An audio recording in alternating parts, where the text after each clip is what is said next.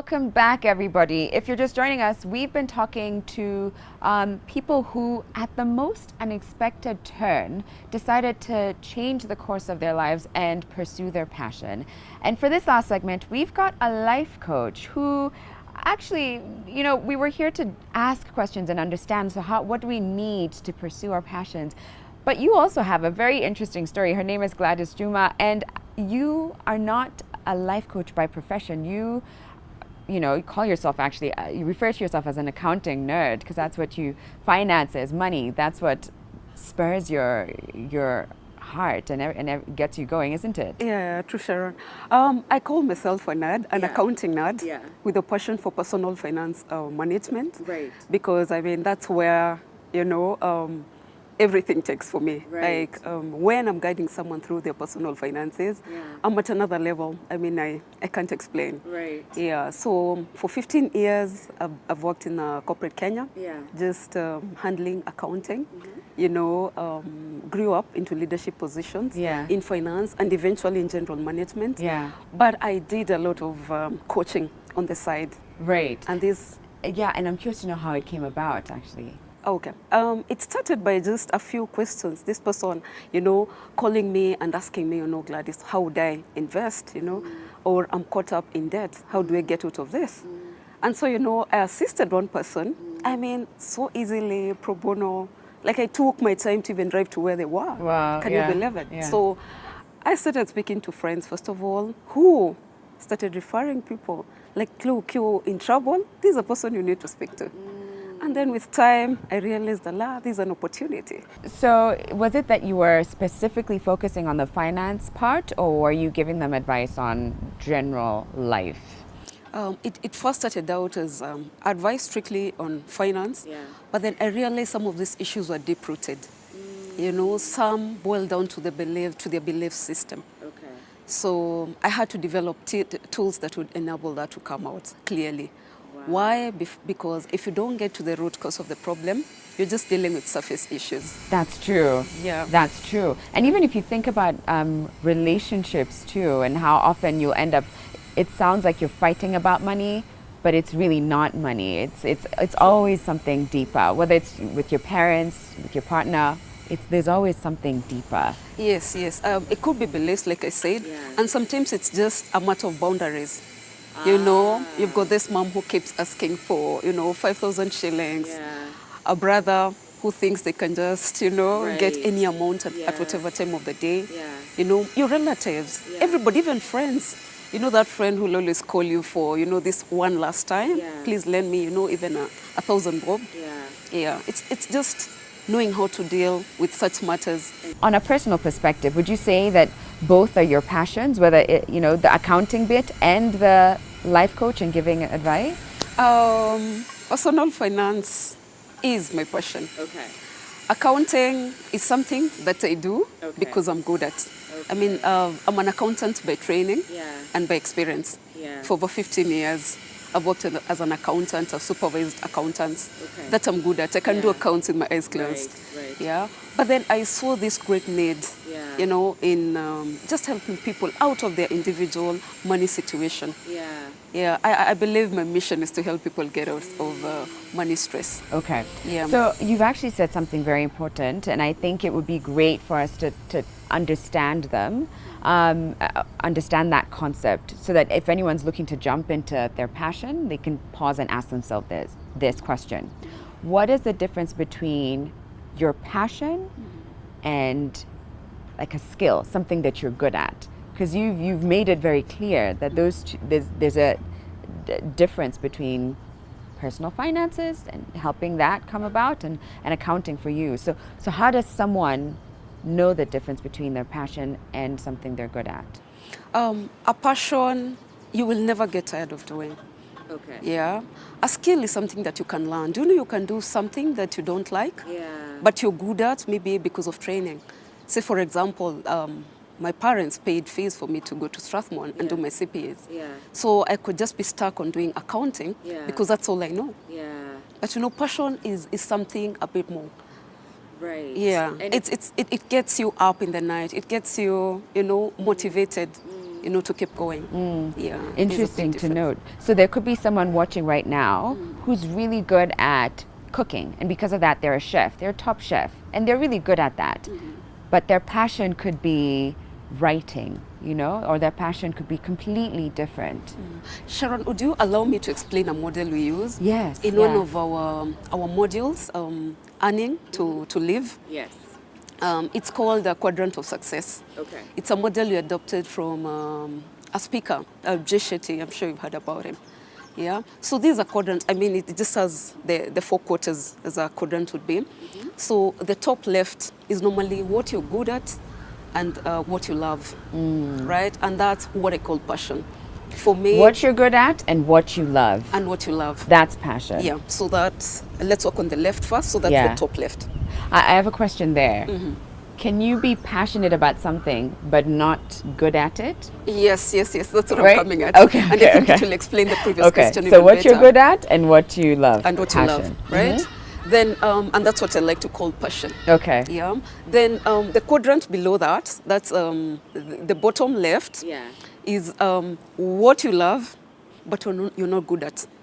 Okay, so for instance, I could say I love performing, Yes. but I'm not Beyonce. I can't perform, like I'm not good at that. But I Right. love performing. So Yes. that could be. So what is that then? That's like opportunity. Okay. That Okay. it's an area for growth. Ah. Like I love to write.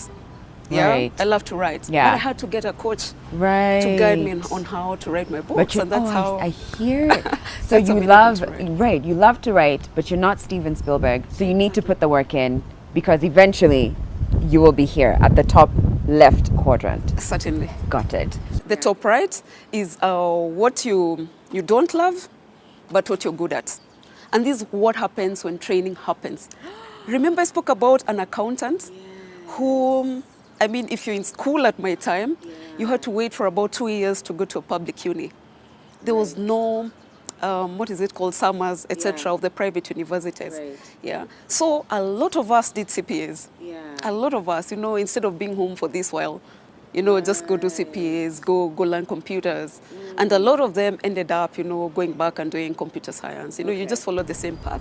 What you don't love, but you're good at. You're good at. You're a trained accountant and you know where you debit and credit things. Yeah. Yeah. Wow. Okay. Yeah.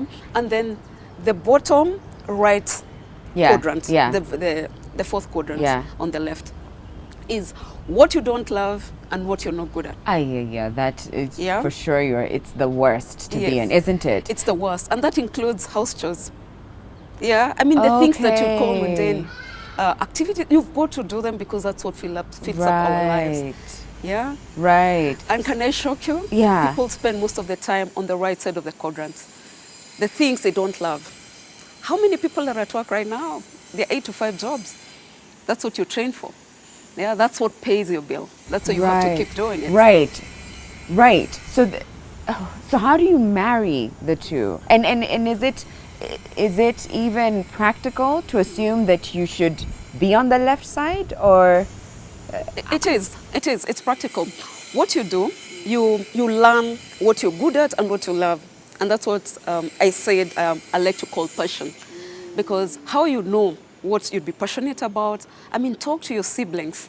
They know that thing that you're good at, that you'll do it so much is. Your colleagues, your parents who've been with you most of your life. And you also know some of these things you just know naturally. I like to sing and everybody says I'm good at, I started singing from school. And then the opportunities, remember I spoke about what you love, but you're not good at. Invest in training. I mean, there's so much learning you can do on YouTube. You can go to school, you can get a coach, So spend time, invest your time and your resources on the left side. Wow, So- what you're saying is really resonating with me. And if I even am to put it into perspective with the last 2 guests we had, the first lady did the crochet and was making these dolls. She's been crocheting since she was in class 3, and is now at age 60 pursuing it. So she's now doing what she's loved and she's very good at it. Our second guest, however, was an accountant and then randomly jumped into acting, right? But he had no passion for it. and he had no skill at it. So he was at this bottom right, which wasn't good and didn't love it, but has found himself at the top left, which is he's good at it and he's passionate about it. So that's a testament to you could be here, but you can transform your life. You can, yes. You'd be where you are at. Yeah. And that's what I say. I mean, don't make your decisions hasty. Right. Like, you can't listen to a motivation video today that's saying, you know, follow your passion and you quit tomorrow. Yeah. If you've got responsibilities, you've got to deal with them. You still have got to pay your bills and all. So all I'm saying, work your weekends, work your after work hours, you know, to hone your skills. Yeah. Wow. So in that way, you can keep building your passion, yeah, with the aim of going into it full time. Can you imagine how awesome it is if your passion paid your bills? You would not have to work any other day of your True. life. It wouldn't feel like work. Yeah, but you've got to be deliberate. You've got to first of all find what it is, then develop it. Find your passion, and by that you mean find what you love and Yes, what you're good at, because we've defined now what that looks like. That's passion. Yes. Find what you love and what you're good at, and even if you're at this bottom right, start working your way in. Sleep later at night. Spend your weekends trying to pursue it. Go get a coach. Go to YouTube. You've literally broken it down, and you eventually find your way up To here. the right side, To the left. To the so left that what top. you love, yes. Yeah. Left top. Yeah. Yeah, you need to just focus on the left. Oh, that's beautiful. Yes, yes. That's Because beautiful. sometimes you say, you know, this is what you're good at and this is what you love. But what would end up being like you? Key passion is on the left bottom. Like you love that, but you're not good at it. But you know, you hone your skills and you know, you just become a master of your craft. Right. I have one question, and I know we're out of time, but I just have to ask this. What happens when you found what you love and you're good at it, but it's not paying the bills? Do you then still, can you keep two things going and maybe be at the top, you know, have something at the top right, which is you are good at it, but you don't love it, but it pays the bills? Yeah, you can do that. So you can juggle. You can do both. Yeah. But what I believe is that diversity is woven into our very nature. If you find that which is truly you, and I mean, just work at it. You've seen people who start businesses right next to each other. Yeah. And for some reason, yours just flourishes. Yeah. Because, you know, you're being true to yourself. Right. I mean, that's what you need to, you know, pursue. And define. I mean, with time, I think it would pick. But look at it, depending on your goals, if it means for you to stay in your right quadrant, the right top. Yeah. I mean, I never speak about the third one because in my class people say, no, let's not even discuss it. Yeah. Yeah. But you continue working for some time. Yeah. There are people who say earn a living and, you know, work on your passive incomes. Yeah. You know, where you earn money as you sleep. In that way, you can quit and go pursue your passion that pays less. Yeah. But meanwhile, you've got incomes coming from in. what you had to do for a short while. Be smart about it too. Exactly. Wow, Gladys, this has been so lovely. Thank you for breaking that down so beautifully. I think it's put into perspective so much, and just how I guess even for you watching right now, you understand now where you are in that quadrant. Be honest with yourself, and just accept where you are, right? But it doesn't define your future or your journey, and that you can change it for yourself. Yes. Thank you so much, Gladys. What an honor. Thank you so much for having me. Oh, our pleasure, our absolute pleasure. And thank you everybody for watching. Before I leave you, remember to check out My Dawa. You can download the app on Google Play, or you can check out their website, www.mydawa.com. Valentine's Day is just a few days away. They have a bunch of products, perfumes, beauty products, skincare products, health products that you can pick up for someone in your life that you want to spoil this season. They also have a 15% discount running, so check it out. The code is S15. So there you go. Valentine's Day treat sorted for you. Thank you to Parkin by Radisson as well. We'll be back tomorrow, 8 a.m. sharp. For now, have a great rest of the day and enjoy NTV. Bye, everybody.